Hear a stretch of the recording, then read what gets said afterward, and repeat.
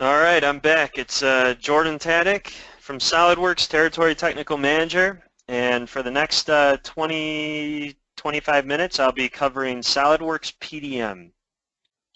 And before I do that, I actually want to cover a bit of history about SolidWorks, some of the trends that we're seeing in the products that we're making available to our customers.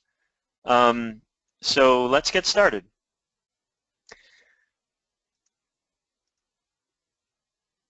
So first off, for the historians out there, SolidWorks has actually been around over 20 years now, which is pretty amazing. The enhancements that you see in it are a result of all of our customers' feedback. Every single year we introduce new enhancements, and consistently over 90% of them are driven by our customer base. So you have the power to influence the direction of our software, and I highly recommend you submitting enhancement requests because we listen. Now, if you look at our product portfolio over the years, in 2012, we were mainly focused on CAD and simulation. That's still our primary focus, design, and that's what SolidWorks is by definition.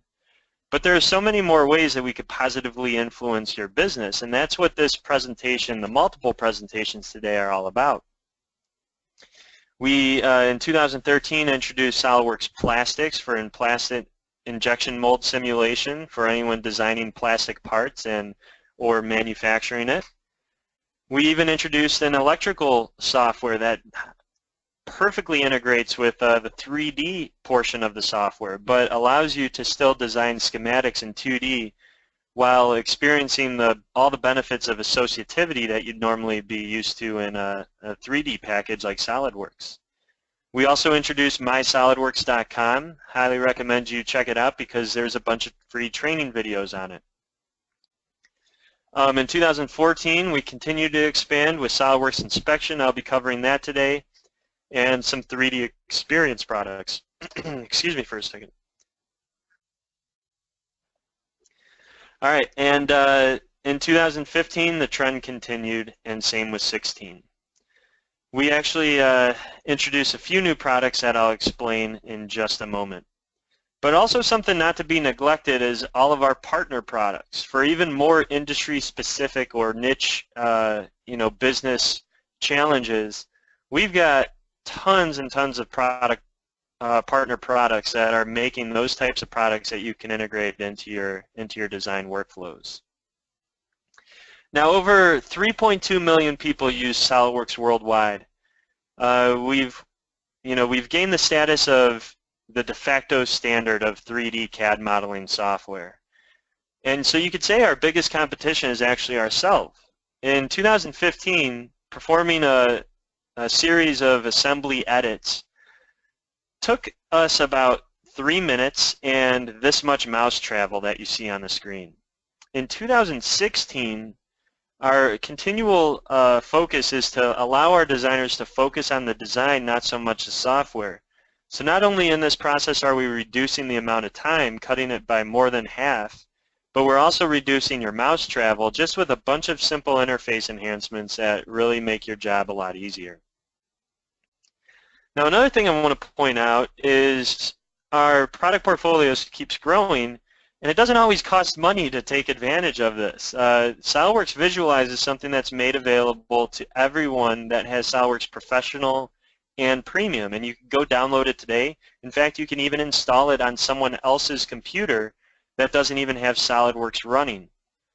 So very quickly, as I play a little video, you could see the high quality that's capable of being rendered out of SolidWorks Visualize. And again, you have this today, something to be aware of, and another reason to attend Design Point's rollouts, training sessions on each of the new releases.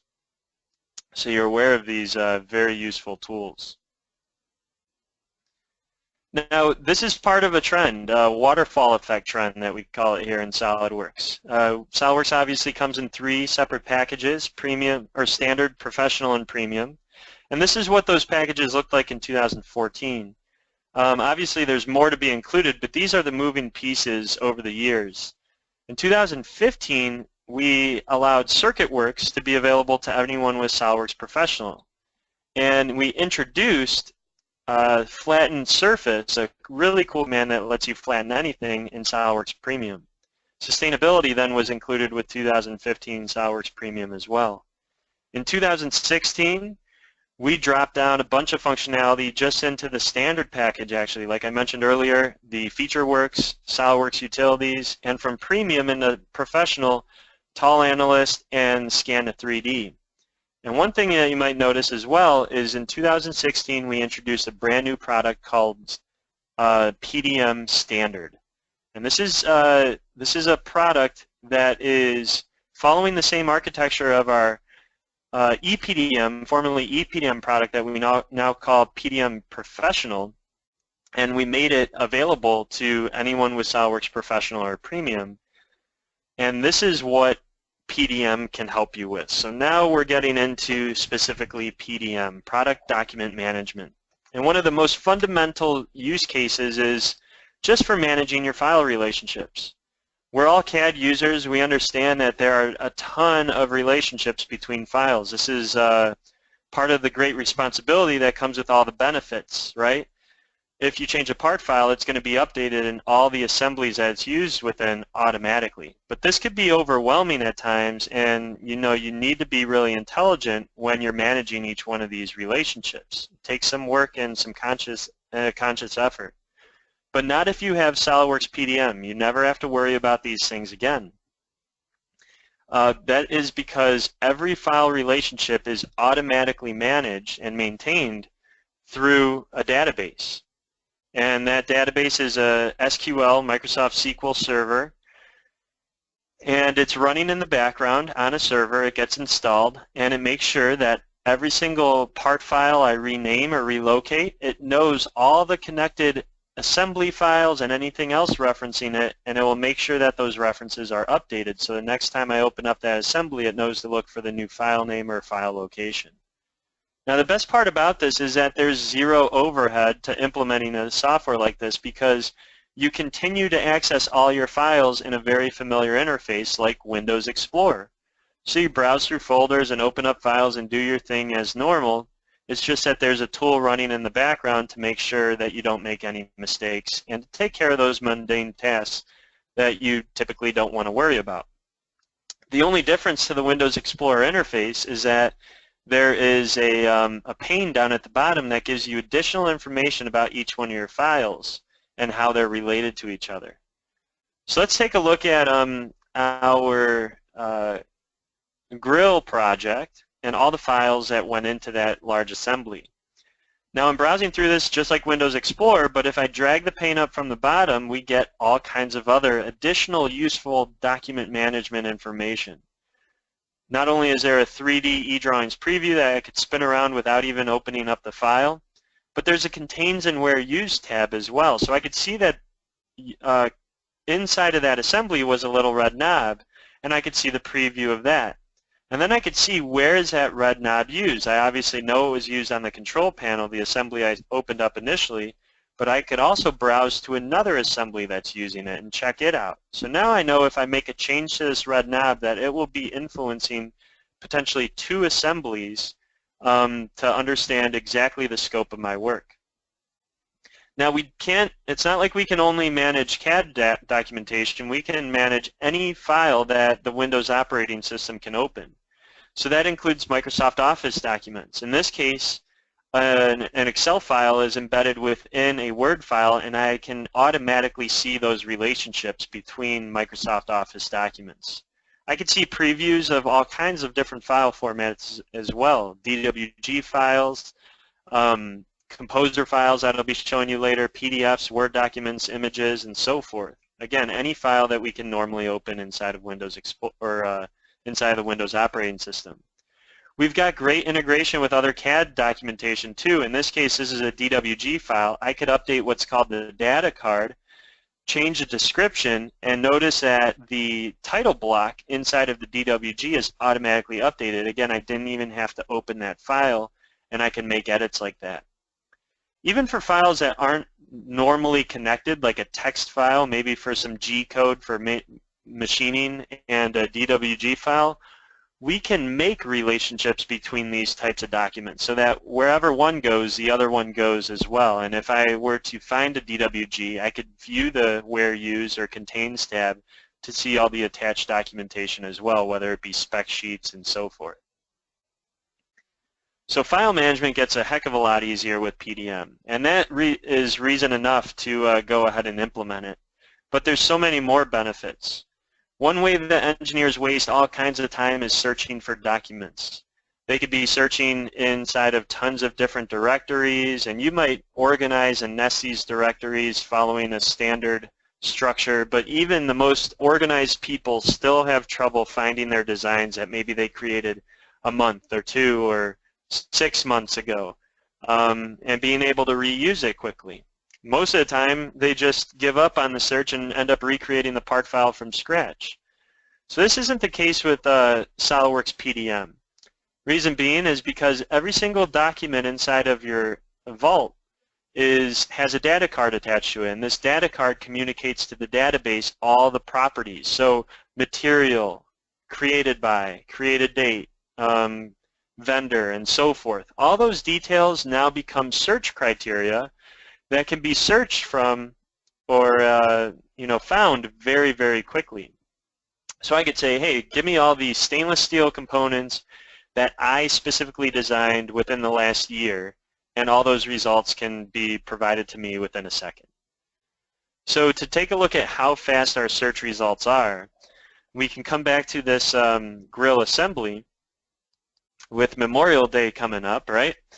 And we can go ahead and delete one of these handles, and I'll fire up another search directly from the Windows Explorer window. I just hit the search button, type in any string of text, and this could be, again, searching through the properties or the documentation itself. And in 0.2 seconds, all of the results matching my search are applied or shown to me.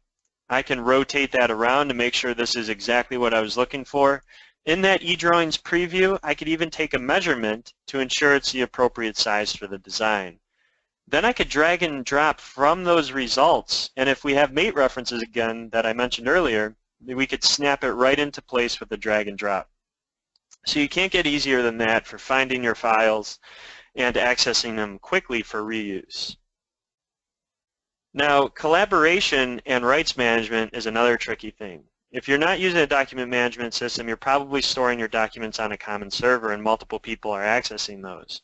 Imagine 2 people open up the same file locally, make changes, and then overwrite the file on the server. This is what's known as the last saved win scenario, where one person will get their changes registered, but the other person will get theirs overwritten.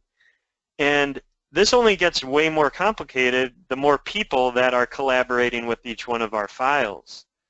So in SolidWorks PDM, this is how we handle that situation. We actually have things called states. And at any given time, a file resides in one of these states. So as I start a brand new document, it might be in the concept state. And each one of the users involved, the engineers have read-write access. The manager might be able to read that file, but that's it. And the people out on the shop floor, since this is just a concept right now, they don't even know that that file exists. And then as it moves through the approval process, different people get different write access. And it's not until that document is actually released that the people on the shop floor will have read-only access to it, be aware of its that it exists, and that it goes ahead and makes it available to be manufactured. All right, so let's take a look at this in action. I'm going to redo what I did last time by replacing the handle with a new design. But in this case, when I do so, it warns me that I have read-only access to it. So what I actually have to do is check out this subassembly so that I have ownership of it. This tells everyone else, if they were to browse to that Jordan, me, currently has ownership of it, and they won't be able to make changes until I'm done making my change. So this prevents designers from stepping on each other's toes. Now, now as we move forward, I can go ahead and apply the replace component command to go ahead and search again for that new handle. And notice that from the open dialog box, I can activate that search as well. So that search is really present everywhere throughout the entire software to allow me to take advantage of it at any given time. When I'm done making my change, and I could check this document back in, registering that change for everyone else and taking a note of it so that everyone else is aware of what I did and when I did it.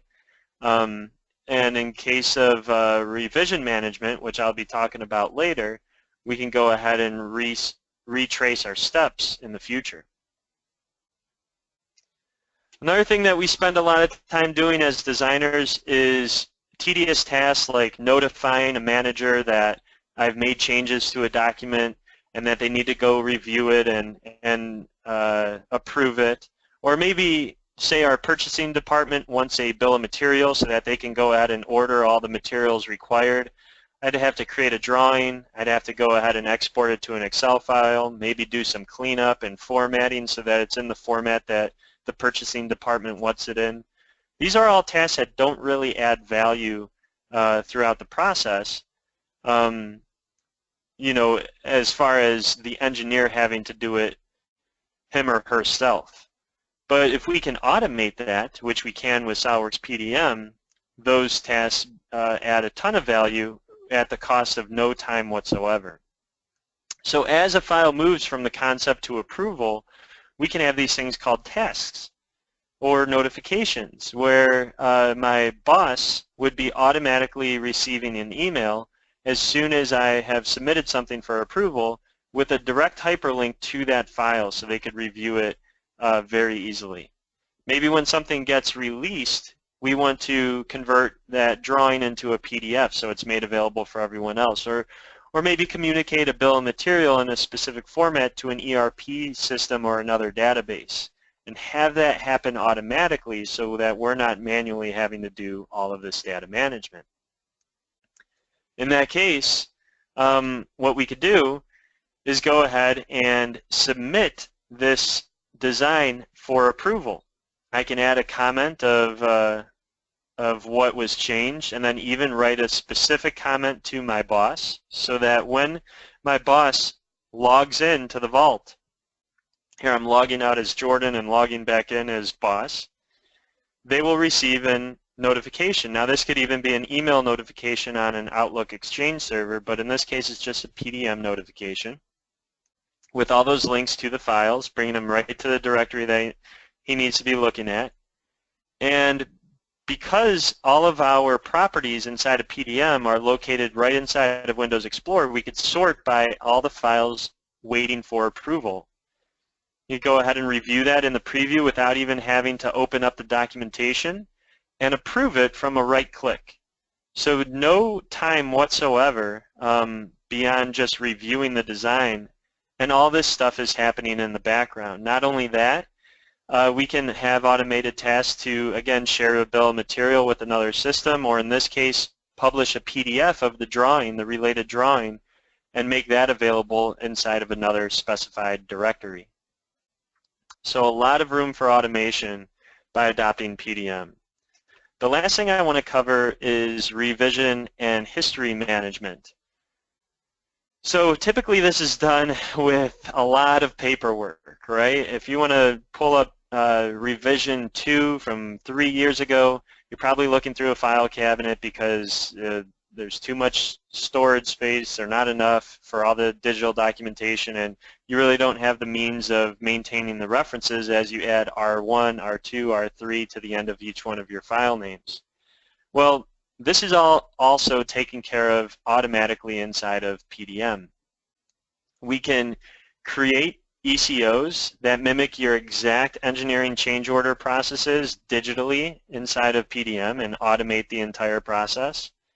And by default, all of the history on any given file is maintained and attached to that file as well inside of the vault.